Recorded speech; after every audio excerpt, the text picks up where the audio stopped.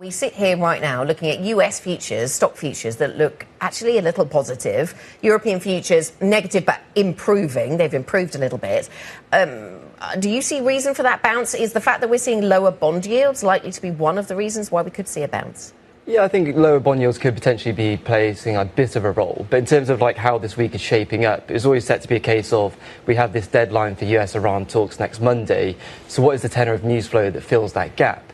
And if you look over the weekend, we've still seen Iran and Israel exchanging missile fires. We've seen the Houthi rebels enter the war now, which is particularly dangerous for, potentially those Saudi oil exports. Bloomberg Intelligence says that if they're vulnerable, that could add $15 to $20 per barrel to Brent. And then, we're also seeing the additional troop build-up by the US. So the tenor of news flow is relatively negative. And yes, we are looking to see how these US-Iran talks develop. But ultimately, the negotiating positions are pretty far apart. I know we've seen Trump try to interject today to say they're going relatively well, but I don't think the market's really kind of buying that at this stage. So all we're kind of really seeing today is, US stocks are higher, but that's pretty much what we've seen throughout the conflict. Every Monday, S&P 500 has closed higher, only for it to close lower at the end of the week, and I don't expect this week to be any different. But to Anna's point, yields down both here in Europe and in the US, so it seems like higher energy prices aren't boosting ECB hiking bets anymore. Are we at peak hawkishness when it comes to central bank? I think it definitely is positive. I think we saw some of this price action start on Friday with the US. We saw that kind of twist steepening move in the curve, whereby front-end yields started falling. I think for the Fed, obviously, it's slightly different. They have a dual mandate, so they're probably more cognizant of the negative growth implications via the labour market. But like you said, yes, we are seeing European bonds follow suit now. And we saw gas prices, open higher today, but not translate into higher higher rate hike bets. And so I think we are seeing a bit of a breakdown in this mechanical higher energy equals higher inflation equals more ECB bets. And some of that has been aided by the ECB themselves. We saw Villeroy, urging patience. Schnabel, who's one of the more hawkish members, she's definitely taken a more measured approach. So I think it's definitely something we are seeing signs of. I think for we will see a bit more data capture this week. We've got the ISM data, we've got March payrolls. So, if those come in soft, then I think we could see an increase in this trend whereby, front-end yields are dragged lower. I think for Europe, though, the back end is still maybe a little bit more vulnerable. I think, we've seen signs of that. We're in kind of higher since territory again for the UK. I think as, European balance sheets are squeezed, having to take supportive measures, this could impact the back end of the European curve as well. OK, and let me ask about yen intervention, because in the midst of all of this, we seem to have got some commentary from the Bank of Japan that it feels a bit like intervention. Remind us where we've got to on the BOJ story then, Adam. Yeah, so, obviously with this verbal intervention, they're trying to, it does feel they're pushing against the string a little bit to some extent, because this isn't a speculative move. This is a fundamental driven move given the terms of trade shock from higher energy prices. And ultimately, real rates are still very negative in Japan. So even if you do get BOJ hikes, it's still going to be a difficult position for the yen. If you do see any yen rallies, they'll probably be relatively short-lived. The most recent sell-off in Nvidia stock just delivered an odd signal that investors haven't seen in years. After the steep AI-driven decline in tech equities, Nvidia was able to break a 13-year pattern of trading at premium valuations, ahead of the S&P 500. It is currently trading at over 19.7 times forecast earnings, barely below the S&P. P500's roughly 20.3 times, following a recent decline, according to Barron's reporting. This represents a sharp reversal after years of premium pricing. This change occurs at a time when Nvidia's fundamentals are still outstanding, producing remarkable outcomes across important top and bottom line indicators. Investors are obviously wondering what will happen next in light of the recent developments, especially whether its enormous AI expenditures will result in long-term profits.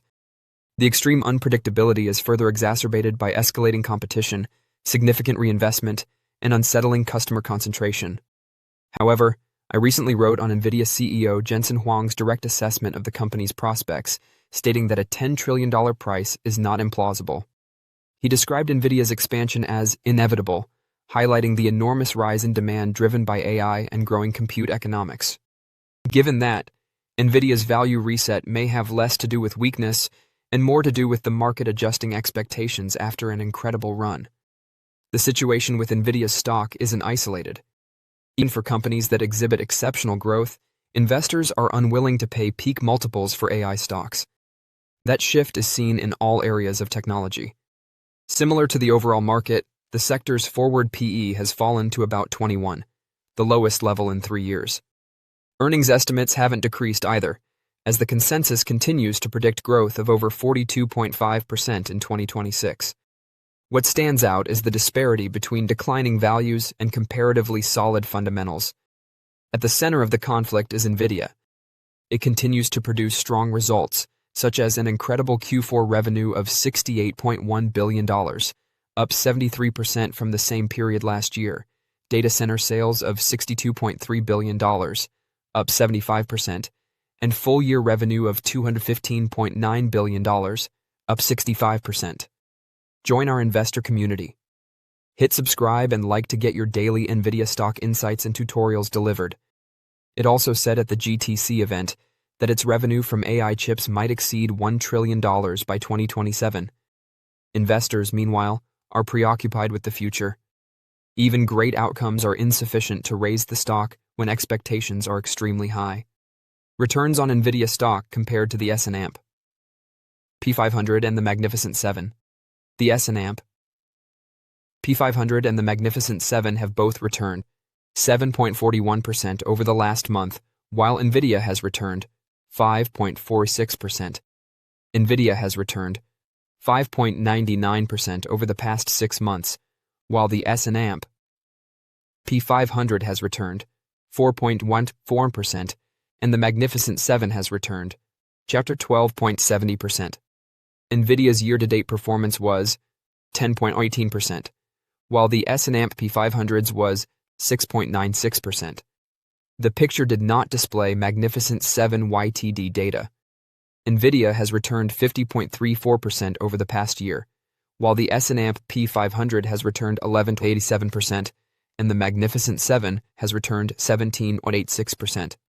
Nvidia has returned 531.41% over the past 3 years, while the S&P 500 has returned 60.12%.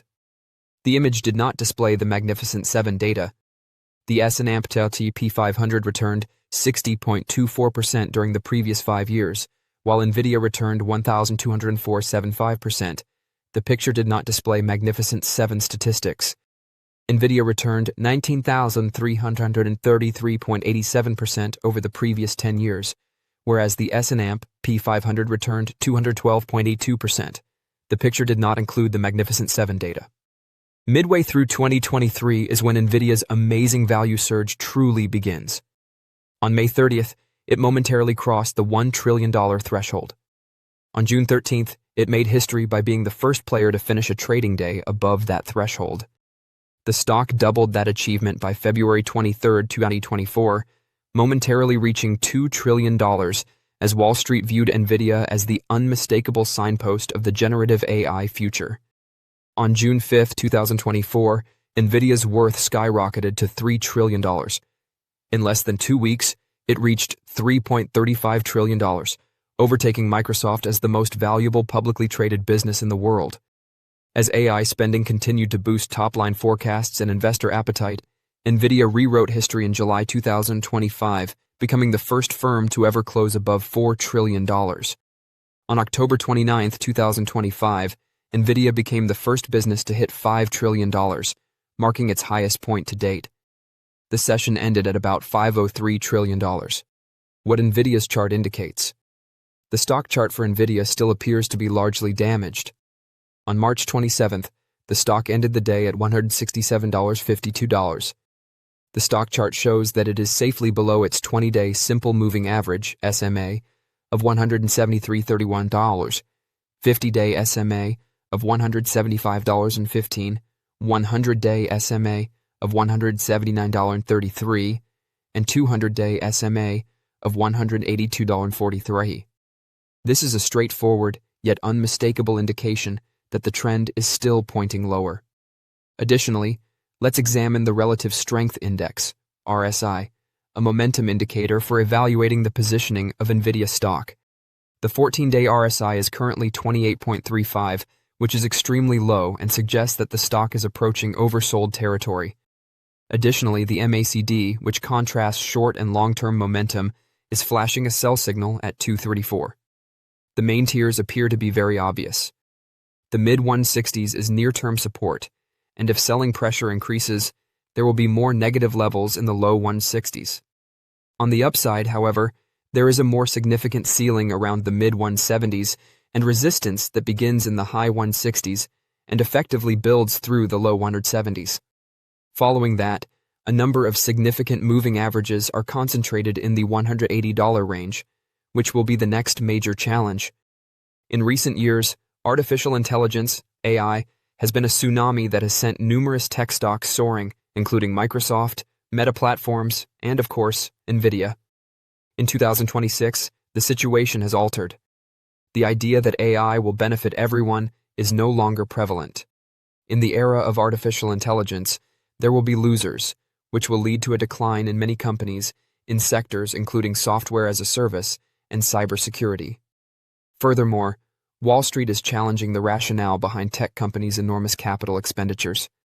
As a result, through the week of March 20th, 2026, Nvidia's shares were down roughly 7%, Meta's were down 10%, and Microsoft's were down a startling 21%.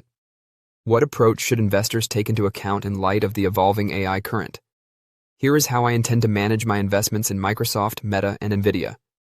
I made investments in Microsoft, Meta, and Nvidia because I thought these businesses would provide outstanding long-term profits. Even when Wall Street soured on the stocks in early 2026, I still think so. My approach to falling share prices is to stick onto my holdings and buy more Microsoft due to the significant decline. There are numerous justifications for this strategy. First, let's discuss why investing in Microsoft stock is a good idea. Wall Street's dissatisfaction with the IT company stemmed from things like its capital expenditures. In its fiscal second quarter, which concluded on December 31st, Microsoft reported capital expenditures of $37.5 billion, a startling 66% rise over the previous year.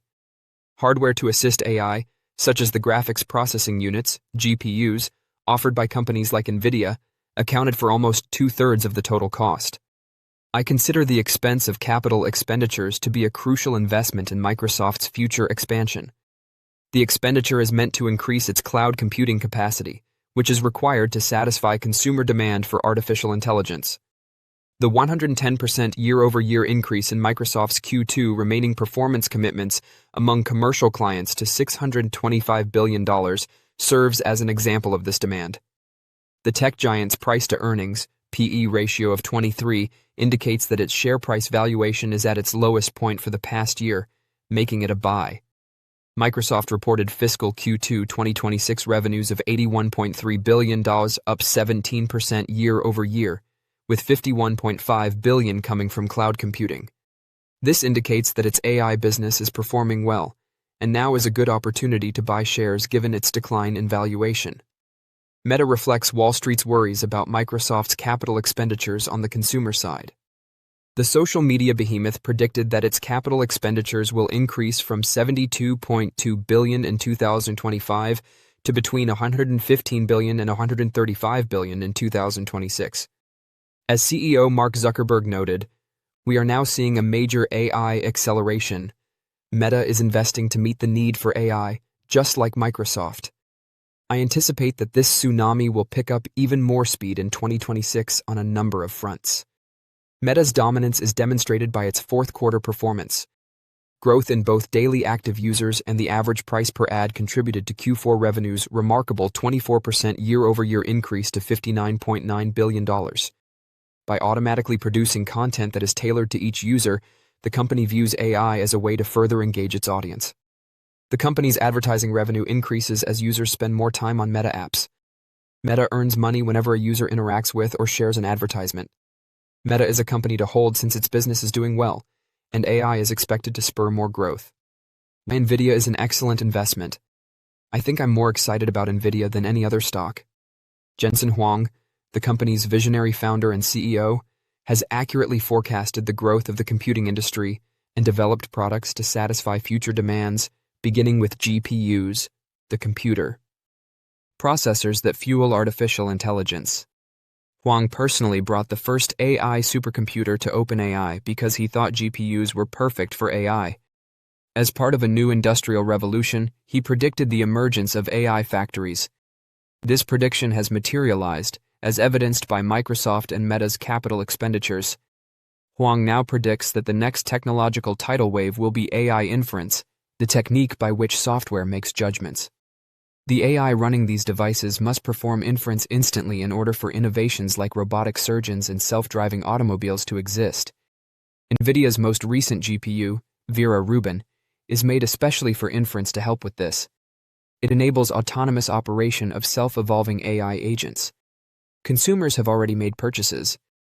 By the end of 2027, Huang predicted that orders for Nvidia GPUs would total $1 trillion. This implies that the AI inference era may be larger than Nvidia's current sales. Its revenue for the fiscal year that concluded on January 25, 2026, reached an all-time high of $215.9 billion, a significant increase above the record $130.5 billion from the year before. However, Wall Street was pessimistic about Nvidia's shares. The sell-off in industries like cybersecurity is caused by the rapid evolution of AI technology, which makes it challenging to forecast future winners and losers. Nevertheless, I've discovered that it's foolish to bet against Huang's insights into the computing sector. Because of this, as the AI tidal wave continues to surge, Nvidia is a company to purchase and hold for the long run. Don't forget to share your thoughts and experiences in the comments below. Your input helps create a more knowledgeable community where we can all learn and grow together in the world of investing. Stay up to date with the latest market trends, insights, and key updates by subscribing to Investing Tutorial.